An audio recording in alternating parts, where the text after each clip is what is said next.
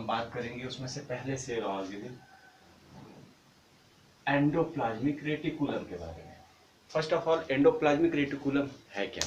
तो endoplasmic reticulum और cytoplasm दोनों का अगर कॉन्स्टिट्यूशन की बात करें तो बिल्कुल एग्जैक्ट है, दोनों कुछ सिमिलर स्ट्रक्चर होते हैं।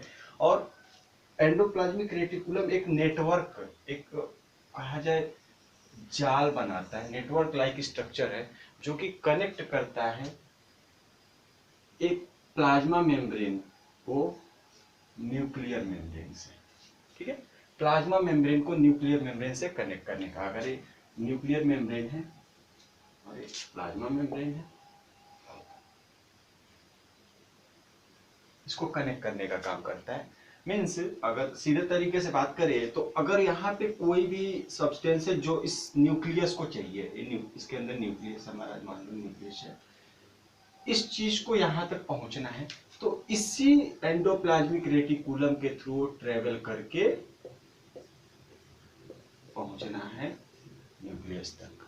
ठीक, simply we can say that endoplasmic reticulum is a network like structure which connects plasma membrane to nuclear membrane or nuclear membrane to plasma membrane. Okay, now endoplasmic reticulum can be categorized into two types. First one is smooth endoplasmic reticulum and second one is rough endoplasmic reticulum. If we talk about smooth और endoplasmic reticulum और rough endoplasmic reticulum, ये अपने आप में clear है कि smooth और rough का मतलब क्या है। स्मूथ मतलब सरफेस, अगर एक एंडोप्लाज्मिक रेटिकुलम इसको ले लें तो अगर सरफेस स्मूथ है तो स्मूथ एंडोप्लाज्मिक रेटिकुलम, अगर रफ है, रफ का मतलब क्या? अब यहाँ रफ का सेंस आता है, अगर मान लो कोई एंडोप्लाज्मिक रेटिकुलम है उसके ऊपर कुछ इस तरीके का स्ट्रक्चर बन जाए तो क्या लाएगा? Rough endoplasmic reticulum. अब एक्चुअली ये हमारा स्मूथ है और ये रफ। ये जो डॉटेड स्ट्रक्चर है, छोटे छोटे जो यहाँ ड्रॉपलेट्स दिख रहे हैं, आखिर है क्या? इसे हम बोलते हैं राइबोसोम। इसको हम आगे पढ़ेंगे। यहाँ पे समझ लो ये राइबोसोम है, प्रोटीन सिंथेसिस में जो हेल्प करता है। हम लोगों ने इसके बारे में पहले पढ़ा था। तो अगर इस एंडोप्लाज्मिक रेटिकुलम के ऊपर राइबोसोम प्रेजेंट नहीं है तो हम उसे बोलेंगे स्मूथ एंडोप्लाज्मिक रेटिकुलम, और अगर इस पे राइबोसोम प्रेजेंट है तो हम बोलेंगे स्मूथ रफ एंडोप्लाज्मिक रेटिकुलम। अगर स्मूथ एंडोप्लाज्मिक रेटिकुलम की बात करें तो क्या बना रहा है?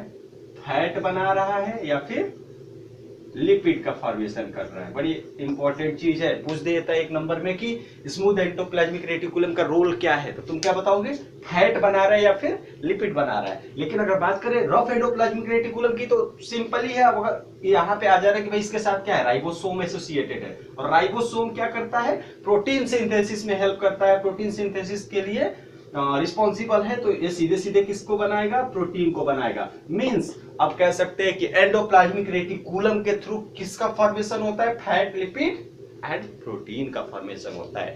तो अगर एग्जाम में आ जाए कि what is the role of smooth endoplasmic reticulum and rough endoplasmic reticulum, तो तुम बता सकते हो what is the difference between, तो तुम बता सकते हो। स्ट्रक्चर भी कुछ इसी तरीके का तुमको बनाना है। और एक बड़ी इंपॉर्टेंट चीज है जो मैंने बताई कि एक एंडोप्लाज्मिक रेटिकुलम का आखिर रोल है क्या, स्पेसिफिक अगर रोल बात करें एक सेल के लिए क्या रोल है, तो जो भी मटेरियल अगर ट्रांसफर होना है तो इसी एंडोप्लाज्मिक रेटिकुलम के थ्रू ही होना है, क्योंकि एक कनेक्शन है nuclear membrane to plasma membrane तक।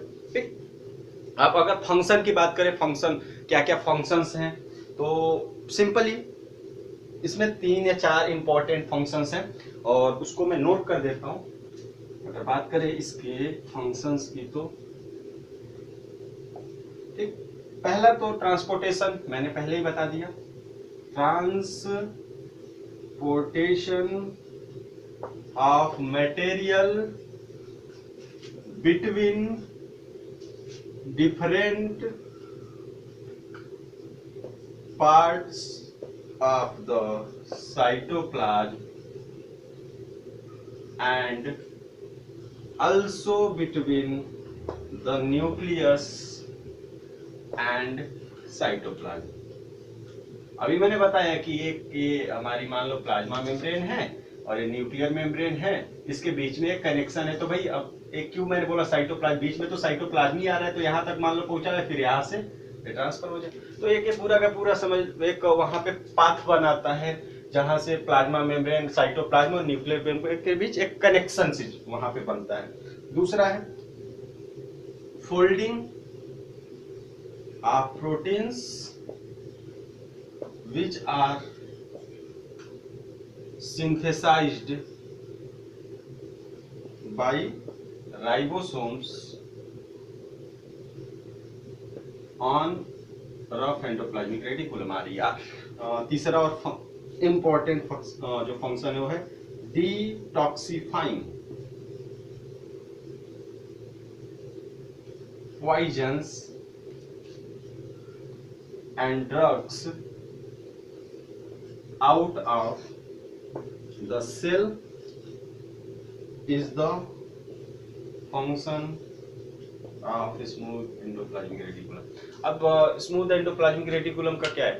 रफ एंडोप्लाज्मिक रेटिकुलम का तो मैंने बता दिया, फोल्डिंग, प्रोटीन की फोल्डिंग में हेल्प कर रहा है। लेकिन स्मूथ का क्या है? तो मान लो किसी वजह से सेल के अंदर साइटोप्लाज्म में या किसी तरह का ड्रग्स या टॉक्सिन्स, जहर, पॉइजन पहुंच गया, तो उसको डिटॉक्सिफाइंग यानी उसको वहां से उस टॉक्सिन के असर को खत्म करने के लिए, उसको पूरी तरीके से हटाने के लिए स्मूथ एंडोप्लाज्मिक रेटिकुलम वहां पे हेल्प करता है।